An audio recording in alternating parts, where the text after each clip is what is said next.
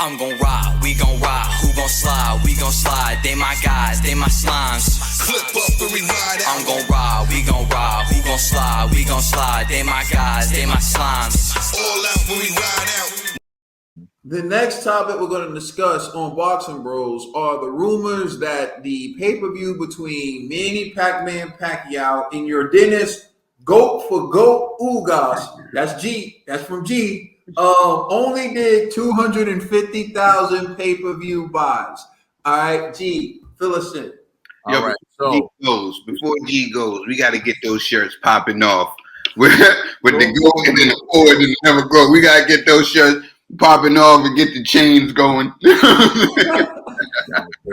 Nah, but so this is from Kevin Lowell or Lowley. He's from what my man Caden said. So he's because I heard someone say it, so I think that's how you say it. All right, so what he wrote on Twitter was hearing Pac Ugas did 250K for pay-per-view sales. Nothing official released from PBC. Losing Spence made a significant difference, it appears, right?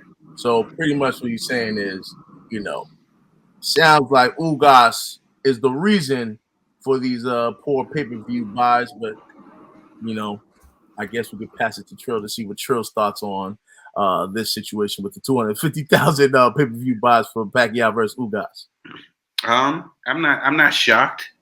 I believed it. I thought it would have been a little bit lower, to tell you the truth. You know what I'm saying? No disrespect to the Pac-Man or to both gentlemen, but this is just this is the fight.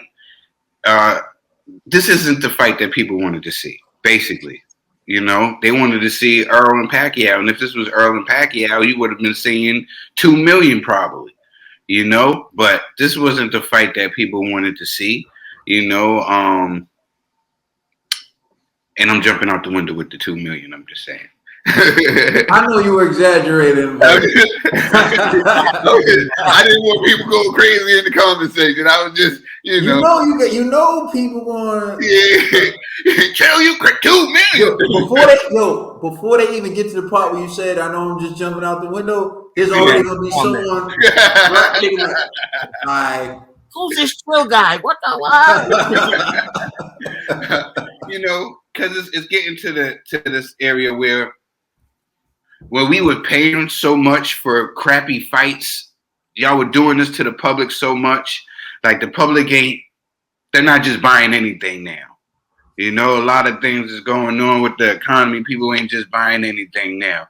So the fact that y'all switched this at last minute, a lot of people backed out and was like, you know what? And then a lot of people were unfamiliar with Ugas. So they probably thought this was just another Pacquiao was going to go in there and just wash this other guy. We'll see it the following week when they play it for free.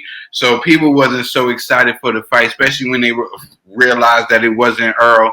So that's why I think that these numbers was the way it was. But I still think that's pretty good for Pacquiao fighting a guy who a lot of people didn't know who he was. So hey, it's still not bad. It's better than what I expected for him going in there against a Ugas on short notice, when everybody expected him to be fighting Earl. So, hey. All right. You calling it G or I'll pass it back to you. All right, G. You tell us your thoughts on it. All right. So what I think is that 250,000 pay-per-view buys, those are all Pacquiao fans. And this is no disrespect to Ugas. Ugas is my man. I've been rooting for this dude for a while. But we all know, again, it's not like he's a bum. He's highly talented in the welterweight division.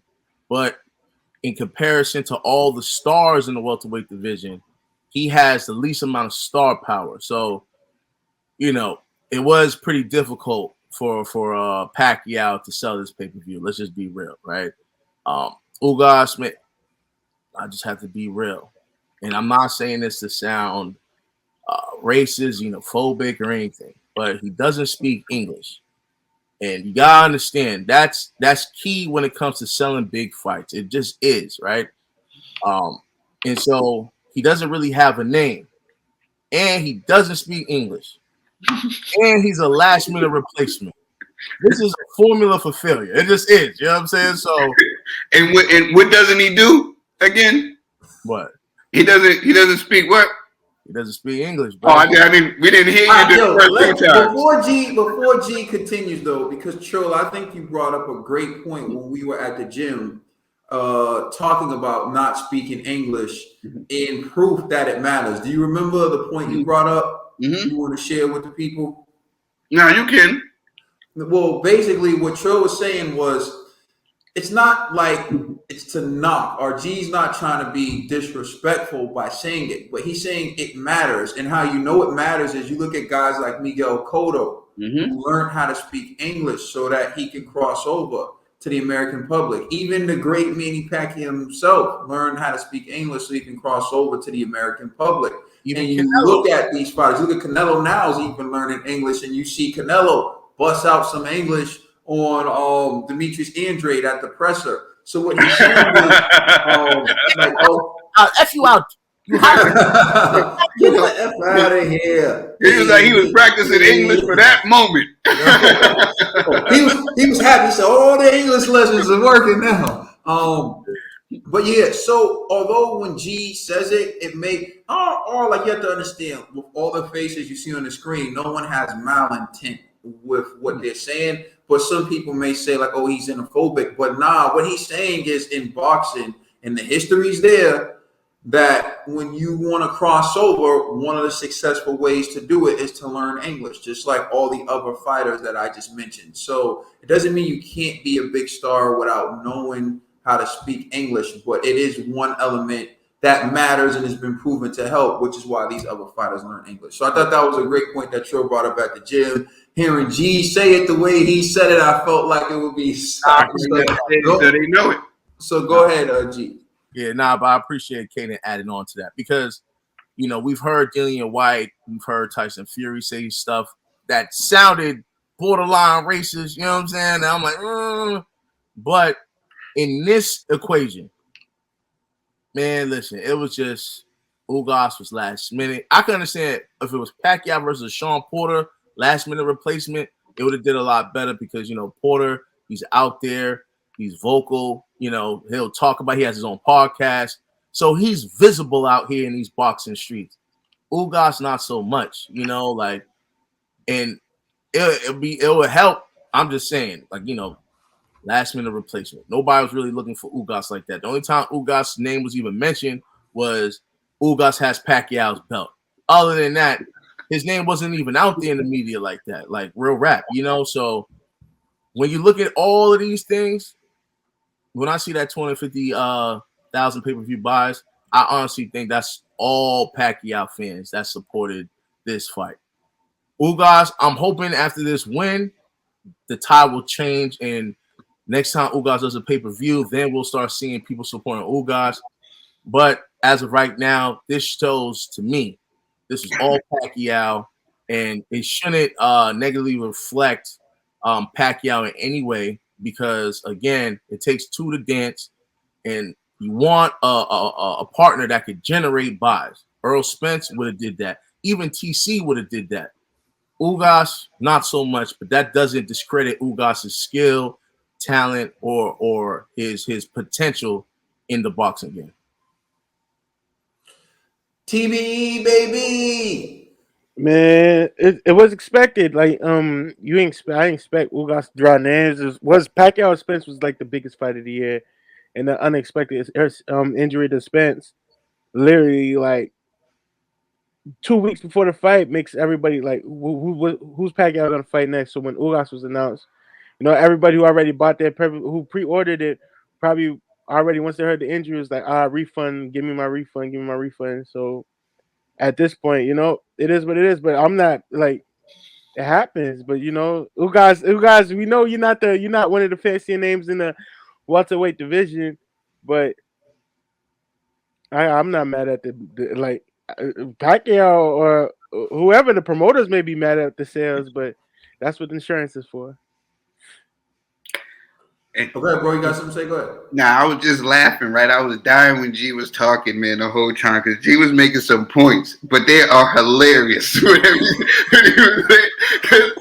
I was just thinking about all the wild stuff G be saying, right? I'm just dying, right? Man, but I really believe he's spot on. Like when he says like things like, I think they all Pacquiao fans. I'm dying inside, right? Because if you go look at Ugas' post where he's thanking everybody and he's holding up the belt and saying we did it. You know what I'm saying? He only got 19,000 likes on that. So I'm like, those are the only people that probably tuned in for his fight. So the rest were all Pacquiao fans. You know what I'm saying? Because you go look at Pacquiao's and he lost, and it's still like 200 and something thousand. I'm like, this is crazy. You know what I'm saying? G's on to something. You know what I'm saying? You know? Oh man. Go ahead. So yeah, G's definitely onto something. That's just like duh to me. You know, that's just like a duh moment because Ugas, like, unfortunately, isn't really that known. And him being the replacement was anticlimactic because, like I said, you went from a potential fight that could have been undisputed. Again, if you look at the bad decision with Jeff Horn, majority of people feel like Manny Pacquiao got robbed in that fight.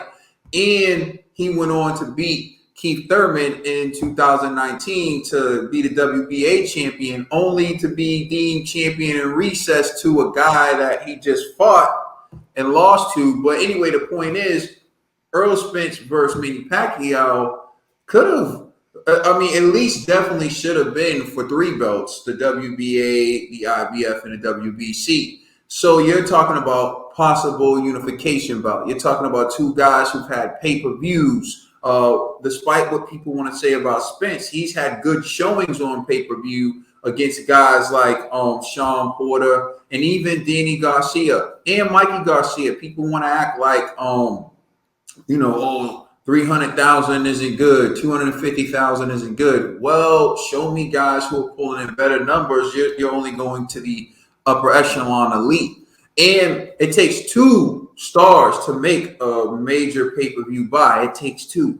And in this case, you only have 1. And as Trill pointed out, you look at social media posts, and that's usually a pretty good indicator of a fighter's popularity. And you see that Manny Pacquiao is known, he's popularity. So to see 250,000 pay-per-view buys doesn't surprise me. And, it probably would have been more. Probably would have been more Pacquiao fans tuning in if he was fighting someone that they were interested in. And a lot of the boxing media, a lot of the general public just felt like once they saw Ugas as the replacement, like, whatever, who cares? But what this has taught me, and I'm not joking, is somehow, like in this line, I'd rather have enemies because fear lasts longer than love, right? In the boxing world, hate goes farther than love. Mm-hmm. If people are paying to see you because they hate you, you do better numbers than when people are supposed to watch you to love you. Look at the fighters who got all these diehards in the comment section arguing with me or arguing with G or arguing with any one of us who goes against their favorite fighter. Their favorite fighter don't put up numbers, though. Meanwhile, I got people who used to only call me for Mayweather fights calling me about seeing Jake Paul fight because they want to see him lose. I'm like, you're calling me for this, but you didn't call me for the Pac-Man? Like, you're calling me for this, but you didn't call me? I got people talking about watching boxing today. The casual to see Jake Paul lose because they want Teron Woodley to beat up Jake Paul. More than talking about Pacquiao versus Ugas. And this is supposed to be one of the most beloved men in boxing. Hate sometimes take you farther than love. Mayweather can fight someone coming up soon, and because most people want to see him lose, they're going to pay.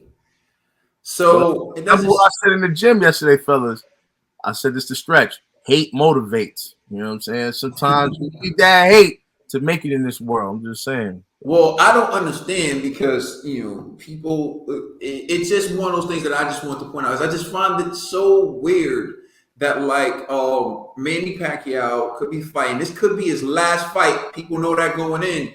Even if you're not interested in Ugas, per se, what Manny's given to the sport, knowing that this could potentially be his last fight. And I do think if it's Earl, of course, there's going to be more people paying, but still, Manny versus Ugas, and it's like this could be his last fight. And he said it going in, and we don't know. It may have been his last fight, and still 250,000. But we also gotta factor in pay-per-views are $75 in the United States, so people don't want to just give up $75 to see you win. Yeah, it has to be more of you might lose. They thought that he was going to wash him, and they get the chance to watch him on following week.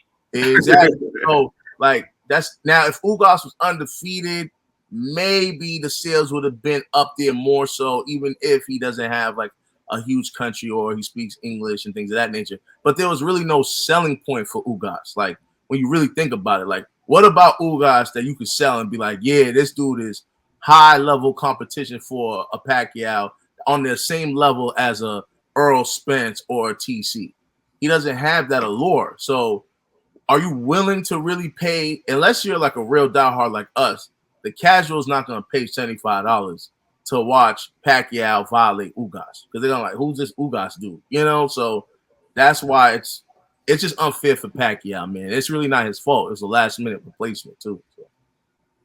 I agree, and that's probably why they should have lowered the price as well. You look at Jake Paul, it's going to be what $59.99 or $49.99, and I do feel like they should have lowered the price a little bit. Not regardless of whether it's Earl Spence or Manny Pacquiao, they should lower the price because it gives more people the option of buying a fight. When you have it at $75 for a fight, now you're making it. You have to choose between things that really matter, and so even 50 in 60, close to $60 is still a lot of money. So I get what you're saying. But when all is said and done, I'm predicting that I'm going out on a limb here, and this is a risky prediction, but I'm predicting that Jake Paul versus Tyron Woodley sells more than this. I think we all agree. Let us know how you feel in the comment section. Please like and subscribe and check us out on Instagram and Twitter. And please check us out on our podcast out on all major streaming services and check us out everywhere. We are the Boxing Bros. You're welcome. You're all welcome.